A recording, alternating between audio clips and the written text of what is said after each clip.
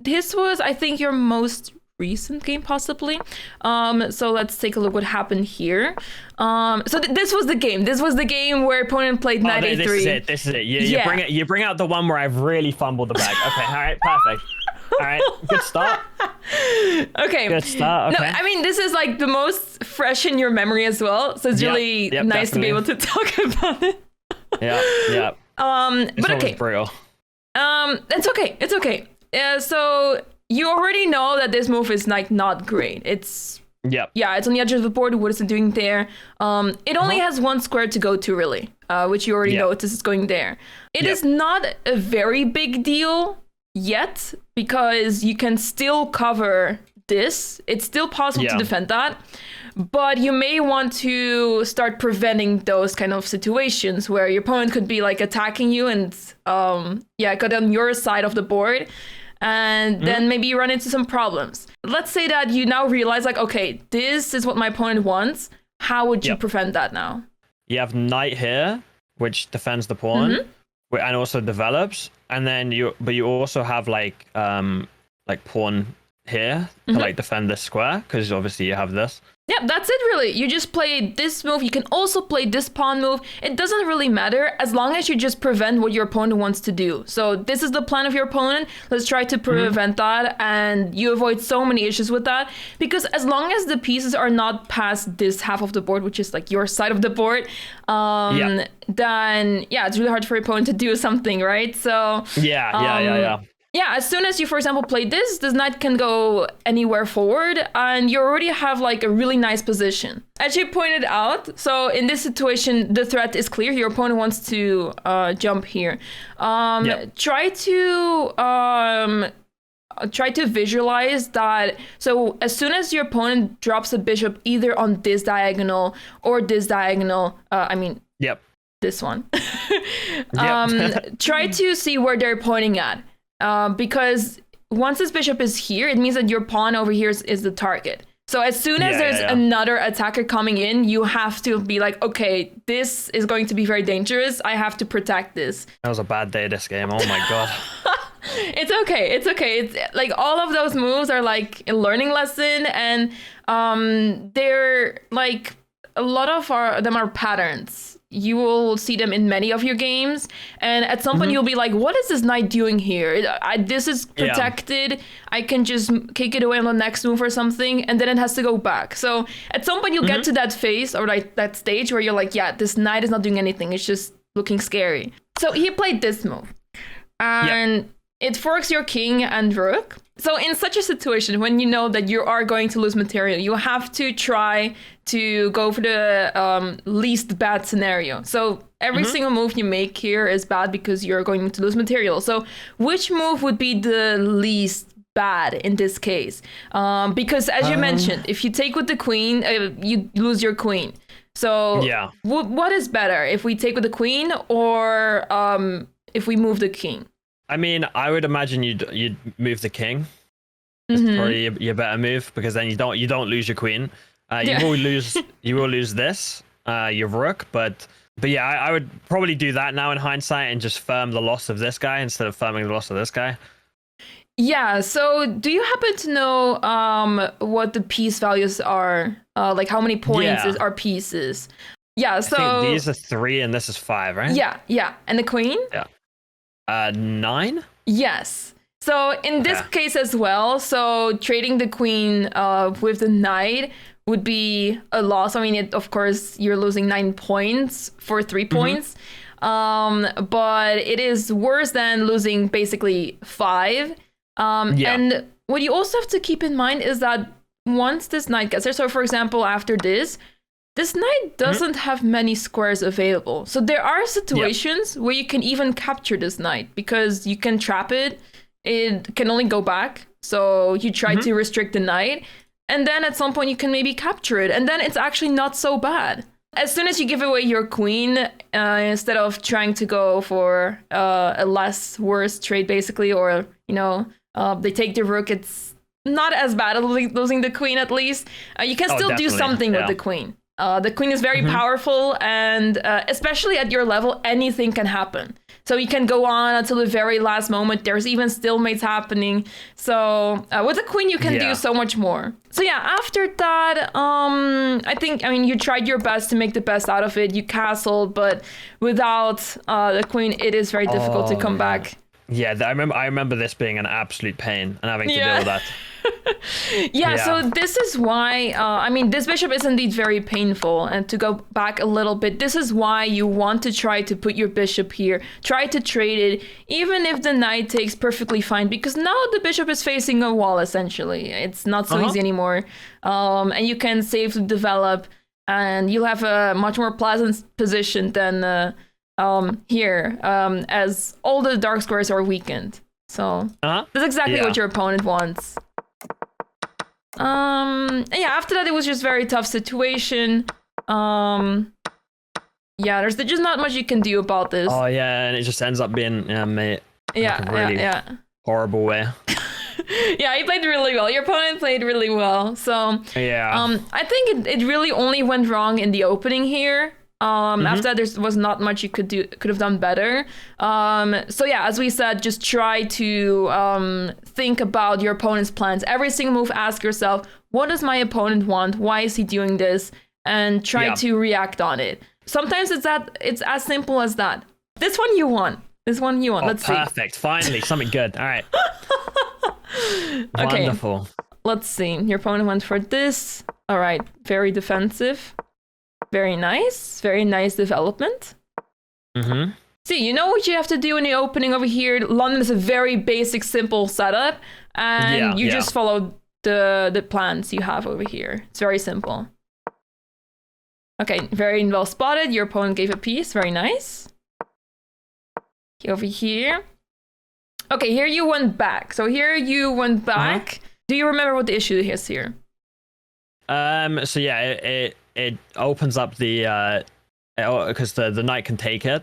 Yes. I should have probably gone f6 so that it's defended by the pawn and attacks the queen. So they kind of have to bring the knight back to retake. Whenever you want to make a move, just try to look around. Okay, is any of my opponent's pieces covering this square? Here, you like every single move, try to ask yourself, okay, I want to move this bishop here. Can I go there safely? Okay, no, let's go next. Here, it's covered by the rook. Let's go next. And then you go every single move, you go through them one by one. Yeah, try to look at every single move you want to make. Okay, is my opponent attacking this square? Like, is it covering it? Or can I safely go here? And if the answer is yes, then you can just make the move just fine. Okay, so this happened. I'm just checking real quick through the game. Very nice find. Very nice find. The pawn is pinned, so it's a free pawn. Knight takes e5. Okay, that is very daring chess. I wonder what you would have done after this. I would have gone like right here, and then be attacking this. He's in check. So he can't really do too much. I mean, I guess he could go like here, but then he loses his queen. Yeah, very good. That's actually crazy. It's really insane that you saw this. Because like your bishop is hanging, so sometimes people are like, okay, have to move this bishop or something, which is not a bad thing either. But this is amazing. It's really, really nice vision. And this is how you could win your games. Unfortunately, your opponent did play the right move. But yeah, I really like the move altogether. Okay. Okay, this is very good. We give a check. Very good. All right, I like this. Yeah, I don't really see much better, honestly. So I think this is all good. Check. Fortunately, otherwise we have some issues down this file. Yeah, no, that would have been really bad. Really bad. Okay, very good.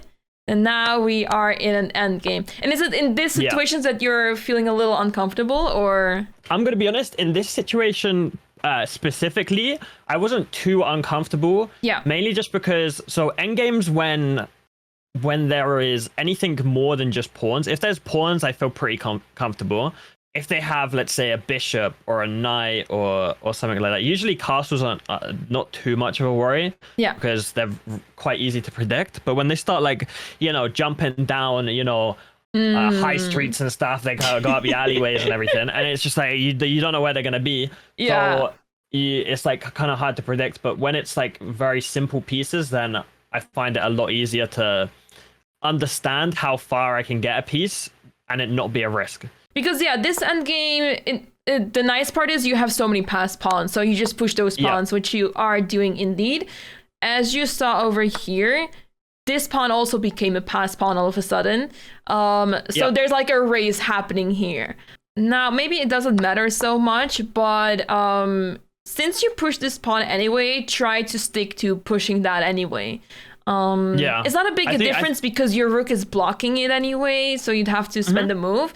But there was no use really of pushing this pawn just yet. Because essentially, if your pawn gets here, this king is checkmated. Because your rook is covering this rank. So this is why you have to start pushing this pawn.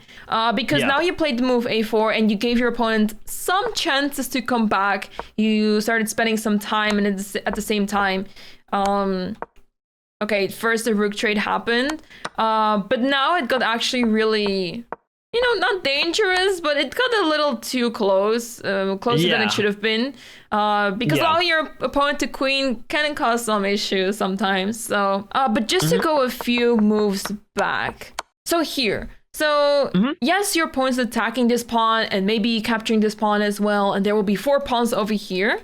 But how many moves does it take for this pawn to get to the end of the board? 4. Yeah, 4, indeed. Yeah. So we don't actually really care about all of this because by the time your opponent has captured those pawns or even started pushing this pawn will be here. And let's make a few moves. So let's say, okay, you're gonna start moving. So let's say your opponent takes this, you play this, and let's say your opponent does this, and this is already checkmate. And it was really difficult for your opponent to actually defend this because the only way to defend this really is by going back with the rook all the way back. Yeah. And then you're still going to win because you have so many pawns. And just to illustrate real quick, if your opponent were to do this, how would be the way to promote the pawn?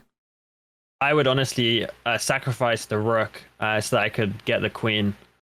It's not really a sacrifice, essentially, because you are offering a trade. You're taking the rook back. But you are promoting the pawn, and there's nothing your opponent can do about it. So, so in endgames, if you have pawns, just push them. So don't push all of them, because then you'll be wasting time, potentially. But try to focus on one pawn in such situations where, you can just freely move it forward. But okay, I think so we were at this queen endgame, and I think you played really well. You gave a lot of checks, very good.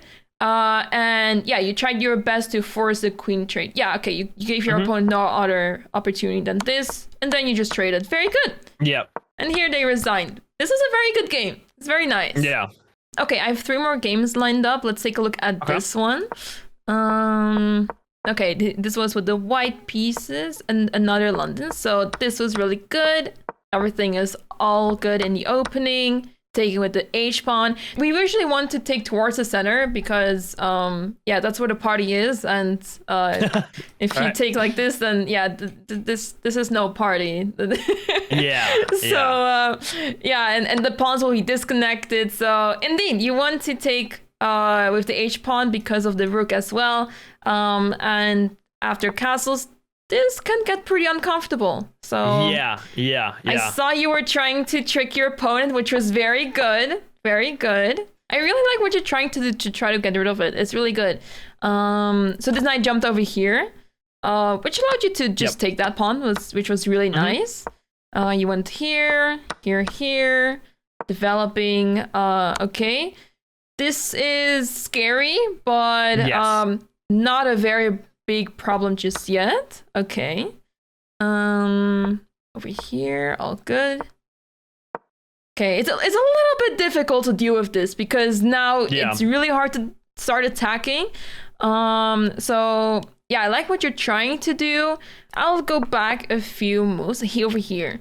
So the problem with these moves was that your knight got a little awkward over here, and you either had to go back or you're losing it. And here you lost it. So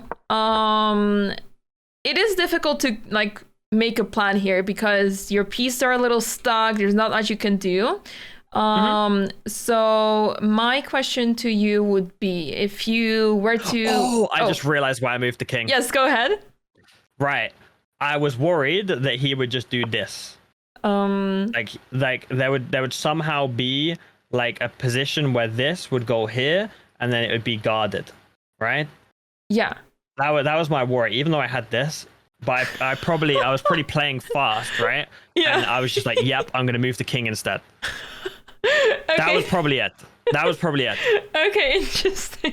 What if you were to play now and you had to it's your turn. You can think of, let's say, you can make 3 moves in a row. What moves would you make in the next 3 moves? 3 moves in a row. Yeah. You can do it. Okay, don't start trying to take the queen, but like just make 3 moves that you'll be like, okay, here I want to put my pieces. We could potentially have something like this, because then if he goes here, we get that. So I'd say maybe like here, and then he would probably respond by doing this, I would imagine. Which means I would end up being here, and then, but then I'd have a castle which would defend this inevitably. So yeah, I honestly feel like I'd probably go up here and then just let him kind of do this, just to kind of get that central pawn position, and then start making maybe moves like this, where if he was to take, I can kind of move in. So the first thing that you need to look at is, okay, what do I still need to develop? Because, or like which pieces can I improve on? Because then, so for example, this knight is already developed and it's more or less doing fine there. We can still play the knight over here, but it's not necessary per se. We have other things to take care of first. So then you would look at the king, because the king is still in the center and you want to start castling. So one of the first moves that you have to consider is castling. You do give up the pawn on f2, sort of. But we do have to prioritize castling here, because otherwise we get into trouble, which eventually sort of happened anyway. So even if it costs a pawn in this situation, as long as you have some sort of plan, you're putting your pieces into safety, it's much better. If you could move this rook anywhere, where would you want to place it? Okay, so castle, and then I don't know what they would do. Let's say they play something like this, something silly. Okay. Well, then I would go probably get this like right here. So let's say, then, I don't know, like this. Yeah. And then that would be right there. Exactly. Very good. Very good. Okay. So by trying to figure out which of your pieces need to be improved, you can already start being like, okay, so if I could move this piece somewhere, where would I want it to be? And you can start building a plan like that. And the other piece that needed to be improved on was this piece, of course, because it's still in the first rank. And by trying to create this plan, you also improve this piece essentially, because you moved it forward as well. So it all comes like into play somehow, and your position finally has some sort of purpose, because at first it's like, what can I possibly do here? I don't really have much space, and essentially you're lacking pieces to try to do something. So after this, unfortunately you lost your piece, but let's see how you continue to play, because it's not over yet. Okay, your pawn was a little mean over here.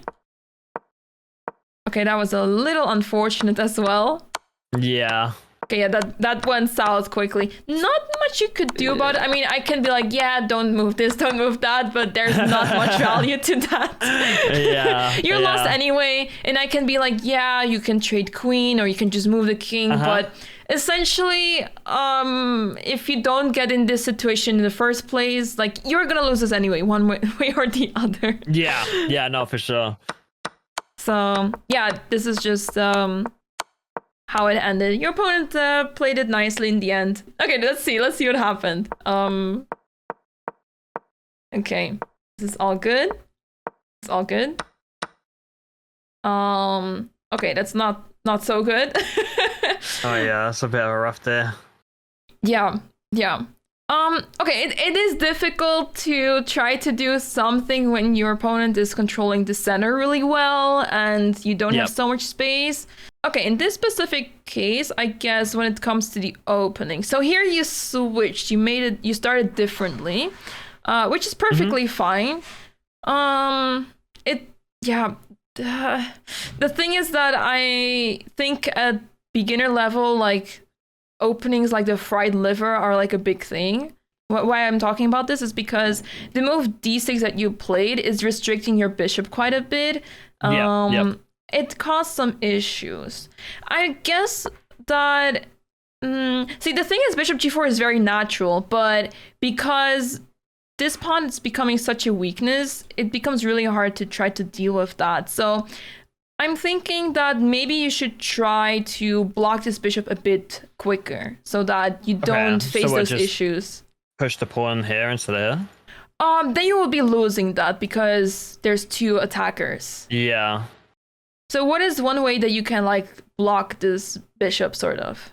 I mean, you can bring out my own bishop. Yeah, exactly. So this is one way, and you may be terrified of doubling your pawns, but doubling the pawns in the center is not such a bad thing because essentially you're controlling many squares, and it can be really annoying for your opponent. You'd have to know a little bit of theory here, and after, for example, a logical move such as knight here to develop, I believe this is the fried liver or something, and again, they're attacking here. This is your weak point, and then you do have to play this.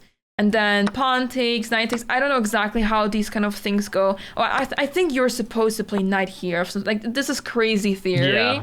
Either try to stick to the Scandinavian, because I think you're doing just fine there. I think you know quite a bit about it. I think you're doing really well. There's a lot of theory that comes with the move e5, funnily enough. I personally like to play the French, and I think especially because it does cover this pawn. Like, this bishop is not coming here anymore. Because if the bishop goes here, you just develop like this, and you can freely move your pieces around. This bishop has to move. Your bishop can go out easily. Knight goes out, bishop goes out, knight goes out, and it's really simple. It's simple chess. So that's why this bishop doesn't really go here. In the French, the main thing is that you want to play this, I guess. And this. These are the three main pawn moves, really, in the French. You almost don't need to know more than that. Okay, interesting. All right. But yeah, try to see what you like there. And like, I guess you can try to experiment with it. But yeah, what happened in this game? It's really like the issues, like typical issues that's just really hard to deal with, because your opponent has already like a really nice position, really nice center, and it's sort of hard to counter this. It becomes very theoretical. So, okay, this was a little unfortunate. But yeah, after this, it went really south as. Oh yeah, yep. Yep.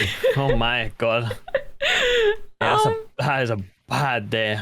Yeah, this game was rough, but even if after losing a piece, it's okay. You can still try to make something out of it.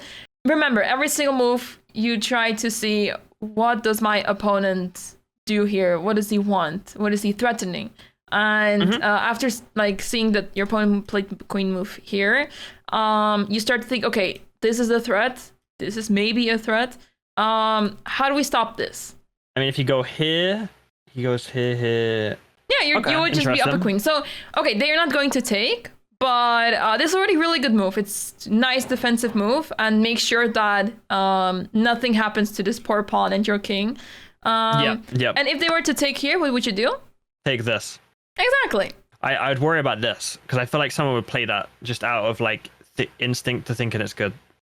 Then you just take the queen. Know. Oh, true. Okay, cool. Okay. It looks scary, but yeah, that's the purpose of this move. We're attacking the queen. The queen has to move, and we're just fine. I do have to note before that, so if you were to play this now, there is a way that white can reinforce the threat. So I guess he goes here or here. that is possible, but it gives me options to protect. So this knight is the only defender, right? Is the defender of this pawn. So how can white eliminate this? Oh, I didn't even see it. You just go whack. Yep. Yep. Okay. Yeah, that is a huge problem. So that's why we usually don't want to move this knight to the edge of the board. This is why. Especially because after takes, pawn takes, like the pawns are doubled. I mean, you're even getting checkmated, but even besides that, your pawns are doubled and it's just a big mess altogether. So we try to avoid this as much as we can. Try to get the puzzles going because I've noticed that, I mean, you spotted some really nice tactics and it means that your puzzles are, going well, but there is more work to be done. And I feel like as soon as you stop hanging your pieces, it will get so much better. The next step is to not blunder pieces. So every single move, try to ask yourself, what does my opponent want? And if I were to make this move, can my opponent capture this piece? Is this square covered or anything like that?